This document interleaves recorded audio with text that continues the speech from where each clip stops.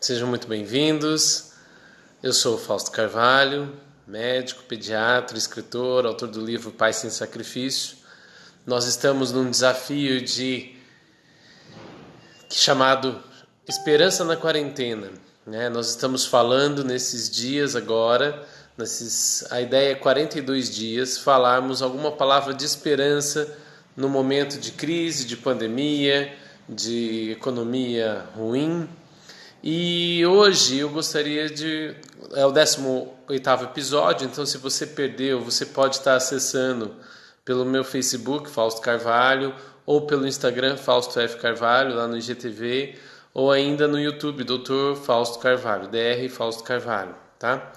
Hoje, capítulo 18, né? O 18º episódio, nós vamos falar um pouco sobre caminho. Dá um oi para a Aline, para a Fernanda, para minha mãe, para o Rafael, para a Lilian, a Regina, o pessoal que está chegando aí, sejam bem-vindos. Capítulo 18 de Jó, os versos 9, 10 e 11, 8, 9 e 10. Diz assim: por seus próprios pés você se prende na rede, se perde na sua malha. A armadilha o pega pelo calcanhar, o laço o prende firme. O nó corredio está escondido. Há uma armadilha no seu caminho. E eu gostaria de pensar com você, né, sobre isso, sobre como a vida é um caminho, né? Hoje eu estou aqui num lugar um pouquinho diferente, que a gente ainda não tinha usado como, entre aspas, estúdio, né? Aqui atrás eu tenho as medalhas das corridas que eu já fiz, né? Não sou um grande corredor, não sou um atleta de ponta, mas eu gosto de correr. É uma atividade que me dá prazer, é uma atividade que me dá alegria, que eu gosto de curtir, né? E tá ali algumas medalhas, algumas mais bonitas, outras nem tanto, umas mais simples, às vezes alguma mais simples, mas de uma corrida difícil, há outras muito bonitas, mas uma corrida muito simples, muito tranquila, enfim, e cada uma tem uma história. Se eu for pensar em cada corrida teve um jeito, um clima, uma temperatura, e a gente que gosta de correr, né, normalmente estuda um pouco sobre a corrida, principalmente corridas muito longas, quando você vai correr 15, 21, 42 quilômetros, você precisa dar uma olhada, você precisa estudar, você precisa saber como que é o caminho, para não ser surpreendido de repente, gastar toda a sua energia no começo da corrida e lá no final ter uma subida muito inclinada e você se perder, ou não saber que de repente tem um lado, uma parte da corrida que vai ter muito vento, ou uma parte da corrida que você vai ter dificuldades, ou vai ter uma descida muito íngreme. Enfim, para quem gosta de correr, estudar um pouco a corrida é importante. A vida também não deixa de ser como uma maratona, né? É uma corrida de longa distância. A nossa vida é uma corrida de longa distância e que não adianta a gente querer acelerar demais no começo, que a gente acaba sem fôlego antes da hora. A gente também não adianta poupar tudo agora, pensando lá no futuro, e de repente lá no futuro nunca chega, porque eu estou muito devagar agora.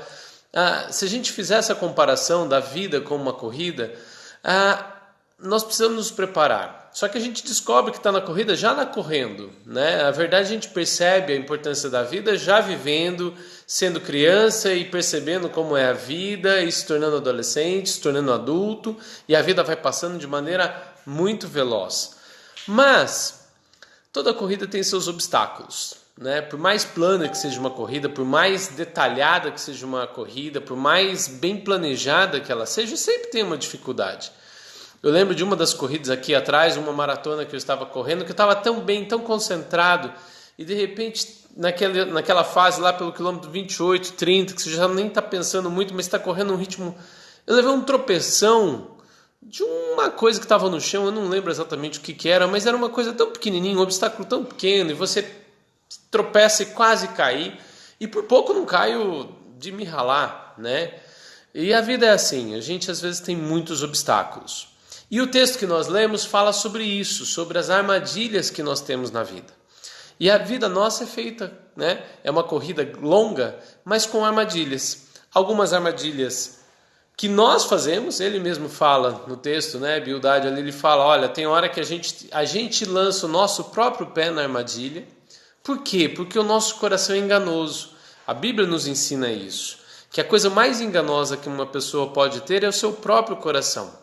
A gente se ilude, né? A gente monta armadilhas a partir daquilo que a gente realmente deseja, que às vezes não é o que a gente acha que deseja. Dá um oi para o Davi, para a Juliana, para a Aline, para o Cristiane e Viviane, para o Márcio Coutinho, amigo. Como vai, amigão? Tudo bom? Marcinho era presidente do diretório acadêmico, o vice na faculdade, nosso colega de turma. Sejam todos muito bem-vindos. O Marco Silva. Mas a vida é assim. A vida ela é uma trajetória, uma corrida com armadilhas que a gente prepara, né? A psicanálise explica isso. Às vezes a gente faz o tal do ato falho, por exemplo, quando você fala uma coisa e você não queria dizer. Na verdade, o seu inconsciente queria dizer aquilo e você estava reprimindo, né? Às vezes os sonhos são repressivos por conta disso.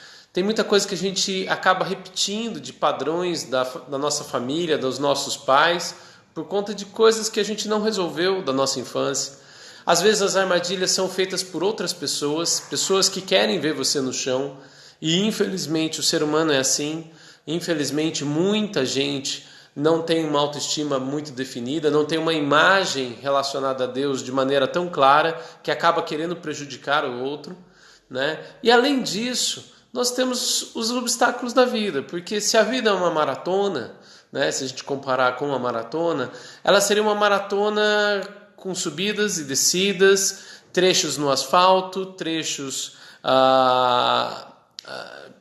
em terra, trechos com alagados, montanhas, vales, haveria de tudo, né? Jesus foi muito claro quando ele falou que o sol vem para o justo e para o injusto, e a chuva cai para aquele que é bom e para o que é mau, né? As circunstâncias da vida são assim, elas nos levam a vivenciar situações difíceis, e a gente nunca sabe o que vem, mas a gente precisa ter cuidado com as armadilhas. Por quê? Porque só chega ao final quem sabe qual é o seu propósito.